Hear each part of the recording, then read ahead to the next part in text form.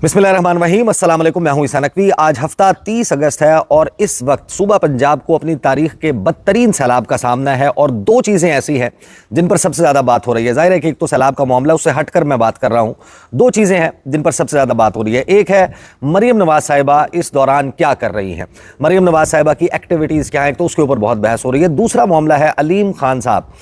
वफाकी वजीर हैं, बड़े पावरफुल वफाकी वजीर हैं। एक छोटी सी पार्टी इस्तेहकाम पाकिस्तान पार्टी, जो पाकिस्तान तहरीक इंसाफ को तोड़कर बनाई गई और ये दावे किए गए कि ये तकदीर बदल देगी, ये पाकिस्तान में स्टेबिलिटी लेकर आएगी, इस्तेहकाम लाएगी, उसके रहनुमा हैं। और इतनी छोटी पार्टी होने के बावजूद एक बहुत ही पावरफुल मिनिस्टर हैं। उनकी जो पार्क व्यू सोसाइटी है उसके ऊपर बहुत बात हो रही है और कुछ बहुत ही दिलचस्प हुआ है।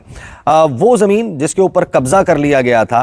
दरिया ने अपनी ज़मीन का कब्जा छुड़वा लिया अलीम खान साहब से, और वो एनओसी जो पंजाब हुकूमत ने जारी किया था, असदुल्ला खान साहब ने उसके हवाले से बड़ी एक ज़बरदस्त वीडियो की है, कुछ तफसीलात सामने रखी हैं कि मरीम नवाज साहिबा की जब 2024 में हुकूमत कायम हुई तो आगाज़ के ही दिनों में, यानी पहले 10 दिनों में, 24 फरवरी को गालिबन वो वज़ीर आला बनी और विद इन 10 डेज़ और 8 डेज़, यानी कि एक हफ्ते के अंदर अंदर को 3 या 4 मार्च को एनओसी, नो ऑब्जेक्शन सर्टिफिकेट जारी किया गया अलीम खान साहब की जो ये सोसाइटी है उसको रूडा की तरफ से, और जो दीगर महकमे हैं उनकी जानिब से उसको नो ऑब्जेक्शन सर्टिफिकेट जो है वो जारी कर दिया गया।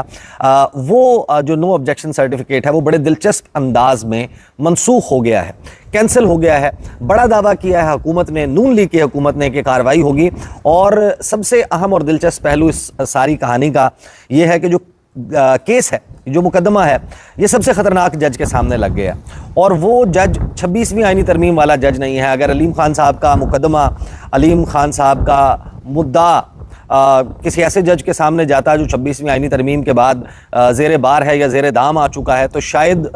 वो फैसला जो है वो अलीम खान साहब के हक़ में होता। लेकिन जिस जज ने फैसला सुनाया है वो जज किसी की नहीं सुनता। वो जज बहुत ख़तरनाक है। बड़ी ही दिलचस्प कहानी है। दो चीज़ें मैं आपको सुनवाऊंगा। एक तो मुसद्दिक मलिक साहब ने जो दावा किया, जो मुझे नहीं लगता कि पूरा होगा, अलबत्ता ये उनका दावा ज़ाहिर है कि एक बड़ा इंपॉर्टेंट है, और अगर वो ये कर गुजरे या उनकी ये हुकूमत कर गुजरे तो वो चाहे फॉर्म 45 की हुकूमत है, चाहे फॉर्म 47 की हुकूमत है, क्रेडिट जो है वो उनका बनेगा अगर वो ये कर गुजरे, और बड़ी अच्छी बात होगी कि वो ये कर गुजरे। दूसरा, कुछ दावे मैं आपको सुनवाऊंगा अलीम खान साहब के, जो अलीम खान साहब करने का मंसूबा बना चुके थे। कुछ उन्होंने गुफ्तगू इमरान खान के मुतल्लिक की थी, और फिर हम बात करेंगे कि ये दरिया जो है, इस दरिया ने क्या किया है, इसने किस तरीके से ज़मीन का कब्जा छुड़वाया और वो मंसूबा जो बनाया गया था उसको कैसे खाक में मिलाया। लेकिन आगाज़ में ज़रा इसकी तमहीद को जो है वो बांधते हुए मैं आपको बताऊं कि कोरोना जब आया था दुनिया में और पूरी दुनिया स्टैंड स्टिल पर आ गई थी, लॉकडाउन लग गया था, कमर्शियल एक्टिविटीज़ रुक गई थी, डोमेस्टिक एक्टिविटीज़ भी हॉल्ट हो गई थी, इंडस्ट्रियल एक्टिविटीज़ जो है वो भी रुक गई थी, जहाज़ उड़ना बंद हो गए थे, इंटरसिटी ट्रैवल बंद हो गया था, लोग अपने घरों में महसूर हो गए थे, कारखाने बंद हो गए थे, गाड़ियाँ चलना बंद हो गई थी। ये वो वक्त है, जाहिर है कि इस्लामाबाद में भी लॉकडाउन की कैफियत थी, और उन दिनों ये मैं मई, अराउंड मई जून जो है उसकी बात कर रहा हूँ, एग्जैक्ट डेट मुझे याद नहीं, लेकिन ये वो वक्त था कि जाहिर है कि जब कंप्लीट लॉकडाउन की कैफियत थी, रोड्स के ऊपर आप आते थे तो पुलिस ये नाके आपको रोक लिया जाता था, शनाख्त तलब की जाती थी, आपको जाने की इजाज़त नहीं होती थी। मैं उन दिनों एक इंटरनेशनल इंग्लिश न्यूज़ चैनल है इंडस, मैं उसका ब्यूरो चीफ था, तो जाहिर है कि हमें ख़बर के शोबे से वाबस्ता होने की वजह से हमें इजाज़त होती थी कि हम आ जा सकते थे। तो फिर उस दौरान सड़कें खाली होती थी, तो कभी कभी जो है वो यूँ समझें कि ड्राइव पर भी निकल जाया करते थे। तो मैंने जो मारगला रोड इस्लामाबाद है उस पर तेंदुआ या लेपर्ड, चीता, उसको स्पॉट किया, और वो बिल्कुल मारगला रोड के ऊपर मौजूद था। उसके बाद मैंने एक वीडियो की थी जिसमें बहुत ज़्यादा इस हवाले से स्टडी करने के बाद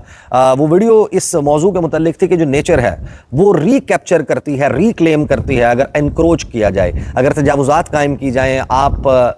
कुदरत से, आप फितरत से, आप नेचर से कुछ छीनने की कोशिश करें या उसके ऊपर तजावुज़ करें, तो वो अपना जो एरिया है उसको रिक्लेम करती है। और फिर उसमें हमने कुछ स्टोरीज डिस्कस की थी। एक तो ये कि किस तरीके से ये जो जाहिर है कि मारगला हिल्स हैं, ये एक नेचुरल हैबिटेट है तेंदुओं की या लेपर्ड्स की, और जाहिर है कि एक कमर्शियल एक्टिविटी की वजह से रेजिडेंस है लोगों के आना जाना है, गाड़ियाँ हैं, उसकी वजह से वो पहाड़ों के किसी चोटियों के या दूसरी साइड के ऊपर महदूद हो गए हैं। माजी में जाहिर है कि यहाँ पर आते होंगे, तो अभी भी कभी कभार जब सुकून का वक्त होता है तो वो यहाँ पर स्पॉट हो जाते हैं। फिर हमने एक खबर डिस्कस की थी कि वीनस इटली के साहिलों के ऊपर 70 साल के बाद वो जो कश्तियाँ जो जहरीला जाहिर है कि जो एमिशंस छोड़ती थी और पोल्यूशन थी पानी की, उसकी वजह से डॉल्फिन्स ने उन साहिलों पर आना छोड़ दिया था। तो कोई 70 साल के बाद डॉल्फिन जो है वो उन साहिलों पर स्पॉट की गई। फिर एक बीबीसी ने बड़ी मशहूर स्टोरी की थी, गालिबन इंडिया में हिमाचल प्रदेश के किसी गाँव की के वहाँ के जो मकीन है, वहाँ के जो बासी हैं, वो एक दिन सुबह सोकर उठे और अपनी छतों पर खड़े होकर उन्होंने एक अजीब नज़ारा देखा कि उनके गाँव से 270 किलोमीटर दूर जो हिमालय के पहाड़ थे वो उनको अपने घर की छतों से नजर आ रहे थे। और फिर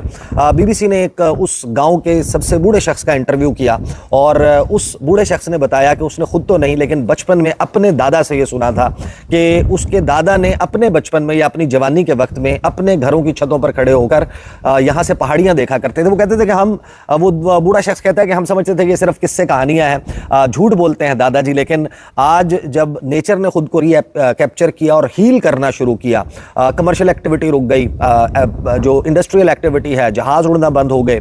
धुआं जो है वो, तो फिजा साफ हुई, ओजोन की लेयर ने खुद को रिपेयर करना शुरू किया और वो मंजर जो कभी किसी ने शायद 100 साल में नहीं देखा था, तो वो पहाड़ का मंजर जो है वो उस गांव से, उस गांव के बासियों ने अपनी छतों पर खड़े होकर देखा। बहरहाल जो नेचर है उसका एक रूल है और उस फिनोमेना ने अब हमें भरपूर तरीके से बताया है, अपनी मौजूदगी का एहसास दिलाया है। तो वो दरियाई ज़मीन जिसके ऊपर गैर कानूनी तामीरात जो है वो की गई, ज़ाहिर है कि जो लोग गांव देहात से या जो दरियाई ज़मीनें हैं उनसे वाकिफ़ हैं, उनको मालूम है कि ऐसी ज़मीनें, इनका रेट बहुत कम होता है और इनका अगर आप पट्टे पे या ठेके पे, मुस्ताजरी पे ये ज़मीन उठाते हैं तो वो भी आपको बहुत सस्ती मिलती है। उसकी वजह यह है कि उसमें एक फसल जो है वो उगती है सर्दियों के मौसम की, गर्मियों के मौसम में वहाँ पर क्योंकि पानी होता है, दरिया का जो पार्ट है वो पूरा का पूरा भर जाता है, लिहाजा उन ज़मीनों को जो है वो, ज़ाहिर है कि फिर लोगों की मलकियती ज़मीनें होती हैं। दरिया अपना रुख, रास्ता भी तब्दील करता है, कभी उसका बहाव किसी जानिब होता है, कभी पानी ज़्यादा आता है, कभी पानी कम होता है।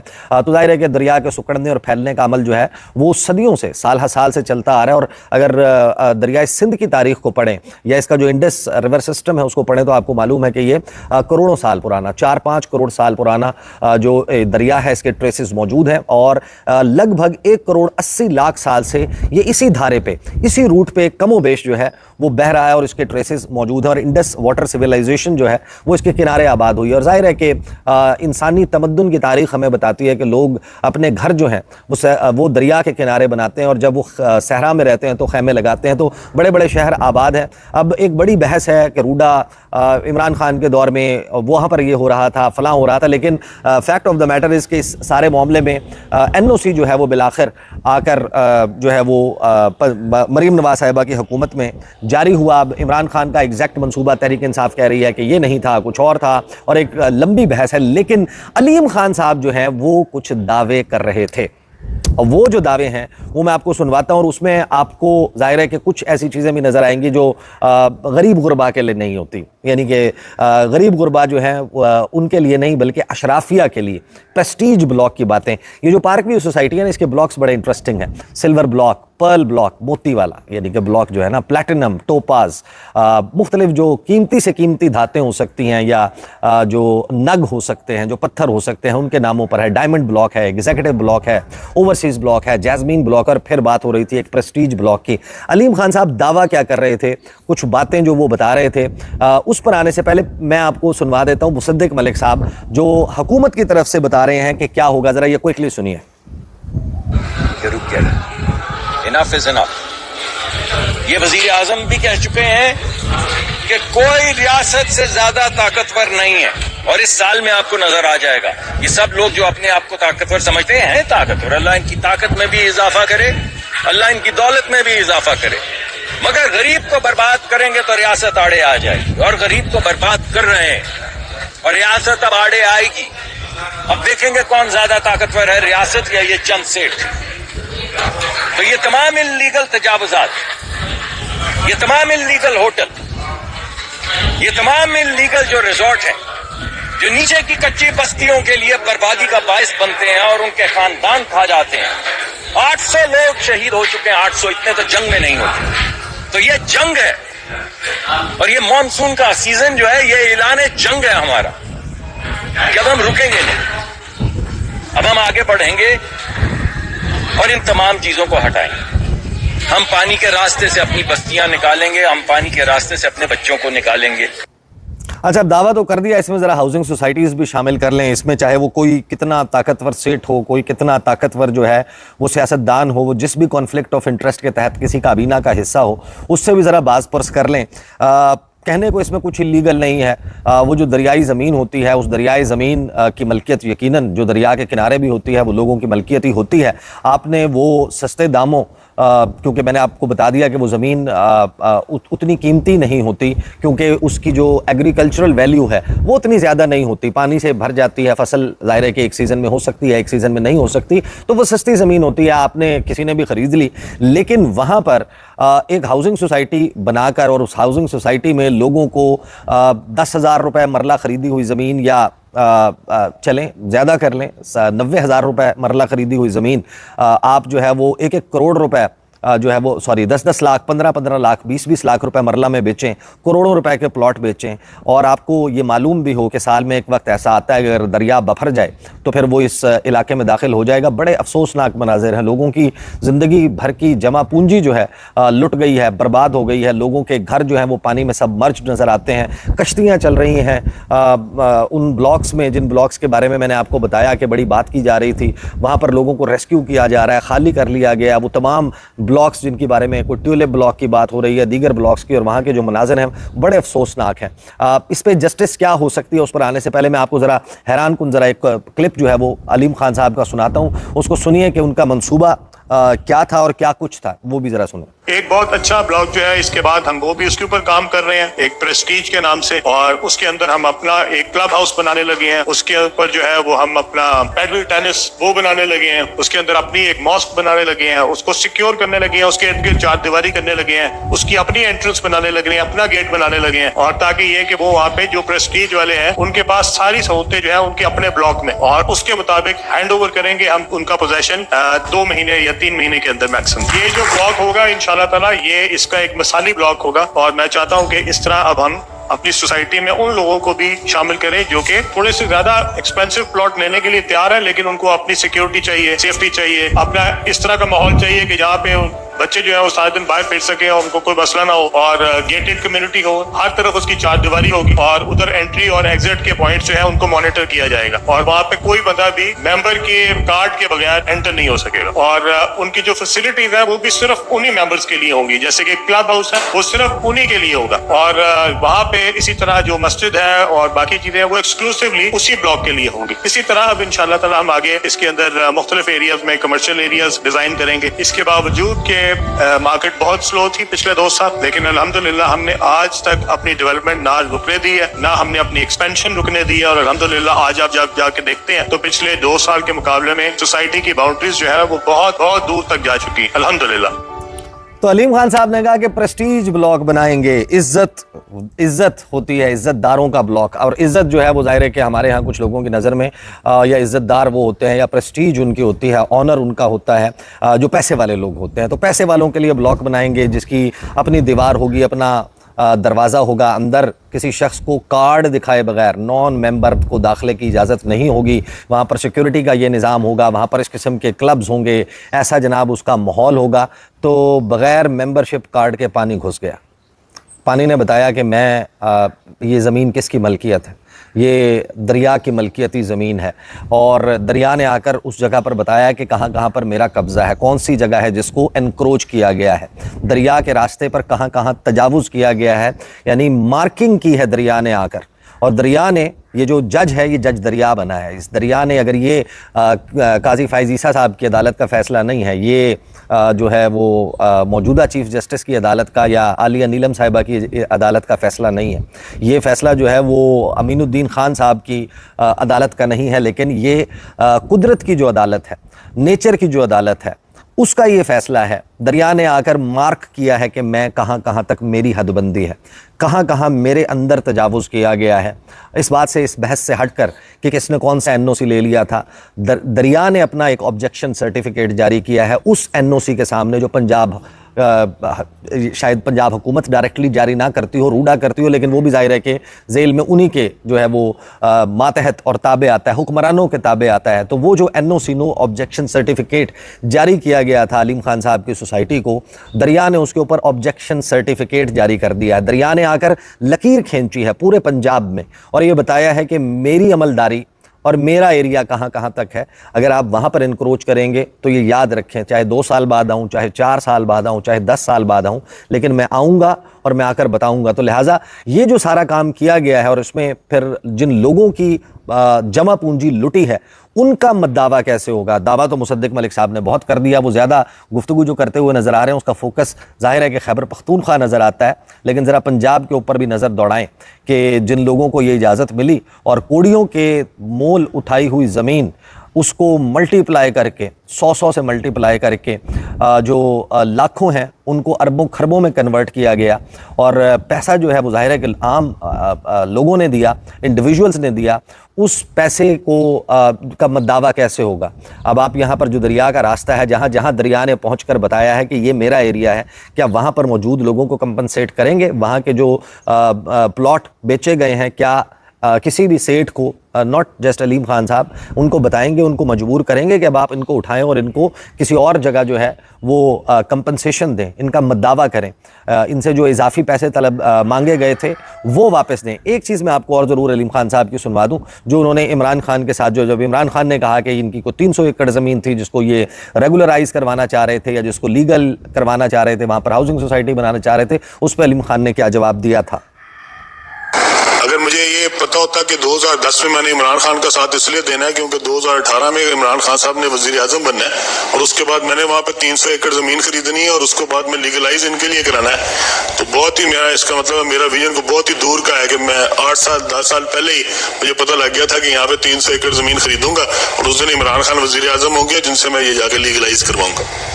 हकायक ये है कि ये जमीन जो है ये 300 एकड़ नहीं है, मेरे पास सोसाइटी में 3000 एकड़ से ज्यादा जमीन मौजूद है और खान साहब जिस 300 एकड़ की बात कर रहे हैं कि उसका शायद वो ये बताना चाह रहे हैं कि वो जमीन जो है वो उसका स्टेटस तब्दील हो रहा है, क्योंकि मैंने वहाँ पे जमीन कोई जो है वो एक्वायर नहीं कराई, मैंने वहाँ के लोकल जमींदारों से जमीनें खरीदी हैं। ये जो जमीन जिसकी वो बात कर रहे हैं ये जमीन अब रूडा के अंडर आ गई है, जो कि इमरान खान साहब ने बनवाई है रूडा। और ये रूडा वो है जिसने लोगों से जमीन एक्वायर की है सरकारी रेट पे, जो कि चंद लाख रुपए के गेज खरीदी गई है और बाद में अपने मनपसंद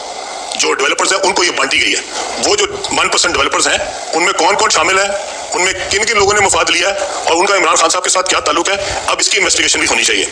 क्या उसमें वो डेवलपर भी शामिल है जिनके पास मैडम फरा जो है वो दुबई में जाके मुकीम थी, जिनके जहाज के ऊपर वो फिरती रही हैं और जिसके करीबी रवाबत की वजह से इमरान खान साहब के साथ भी उनका ताल्लुक बना। मैं भी चाह रहा था कि कोई बातें जो है वो दिल की दिल में ही रह जाएं, लेकिन अगर आप खुलवाना चाहते हैं तो फिर सारी खुलनी चाहिए। और फिर मैं आपसे चाहता हूं कि आप आए किसी चैनल पे बैठे, साथ मुझे भी बिठाएं, साथ जंगीर तरीन को भी बिठाएं और फिर लोगों के सामने सच बोलते हैं हम तीनों, फिर पता लगे आपका कि आप क्या कह रहे थे और हम क्या कह रहे थे, आपका क्या मौक़िफ़ था, हमारा क्या मौक़िफ़ था। अब जाहिर है कि अलीम खान का मौक़िफ़ अपनी जगह, इमरान खान ने इसके ऊपर जो मौक़िफ़ दिया था एक वक्त वो अपनी जगह, लेकिन ये बात तो उन्होंने तस्लीम की कि उन्होंने लोकल ज़मींदारों से ज़मीन ली। लोकल ज़मींदारों से आप ज़मीन लें, वहाँ पर ज़मींदारा करें, वहाँ पर आप फसलें उगाएं, आप गंदम उगाएं, आप कुछ और उगाएं, लेकिन आप ये मत करें जो आपने किया कि वहाँ पर आपने लोगों को कहा कि ये बड़ी ज़बरदस्त जगह है, यहाँ पर आएँ, यहाँ पर आके अपना घर बनाएं। लोग अपना घर बार बेच के, कोई अपनी रिटायरमेंट के बाद अपनी पेंशन के पैसों से, कोई पूरी ज़िंदगी की जमा पूंजी, कोई अपनी विरासती जायदाद उसको बेचने के बाद या कोई अपने खून पसीने से पैसा कमाने के बाद, होंगे दरमियान में ऐसे लोग भी जिनके पास शायद कोई लीगल पैसा ना हो, लेकिन बहुत सारे मेजॉरिटी ऐसे लोग होंगे कि जिन्होंने अपने खून पसीने से कमाया हुआ पैसा आपकी इस बात के ऊपर कि ये बड़ी बेहतरीन जगह है और यहाँ पर आसाइश के बेहतरीन मौके जो हैं वो मौजूद हैं, और वो धोखा खा गए और दरिया के पाट में बनी हुई जगह, उसके दरिया के पेट को काट कर बनाई गई हाउसिंग सोसाइटी, उसमें दरिया ने आकर बताया कि ये एरिया वो है जहाँ पर आपकी ये हाउसिंग सोसाइटी बतौर जज दरिया ने बताया कि इलीगल है। बहरहाल मेरी अपनी असेसमेंट ये है कि जो पानी है, पानी उतर जाएगा, लोगों का गुस्सा भी उतर जाएगा, लोगों का जो है वो पारा जो चढ़ा हुआ है वो भी नीचे आ जाएगा, मामला महव हो जाएगा और मुझे नहीं लगता कि कोई ऐसा सीरियस एक्शन होगा उन ताकतवरों के ख़िलाफ़ जिन ताकतवरों की हम बात कर रहे हैं, चाहे वो फिर कोई ADCR होता है, चाहे वो फिर कोई सियासतदान होता है। उनके पास बचने के लिए बहुत से रास्ते होते हैं और अलीम खान साहब से अगर कभी इस मामले के ऊपर बहस परस हो गई तो वो भी हम देखेंगे, कम से कम इस दौर में तो मुमकिन नज़र नहीं आता। और ज़ाहिर है कि उनकी एक हाउसिंग सोसाइटी, जिस तरीके से उनकी वेबसाइट पर जाएं आपको ये भी पता चलता है कि वो जो पुर्तगाल वाला मामला चला था, पुर्तगाल की जो शहरियत है वो इन्वेस्टमेंट के थ्रू ऑफ़र करने वाली जो सोसाइटी है वो भी पार्क व्यू सोसाइटी ही है। तो दीज आर द डिटेल्स। इंशाल्लाह अगली वीडियो में मुलाकात होगी। अब तक के लिए इतना ही, इजाज़त दीजिए। अल्लाह हाफ़िज़।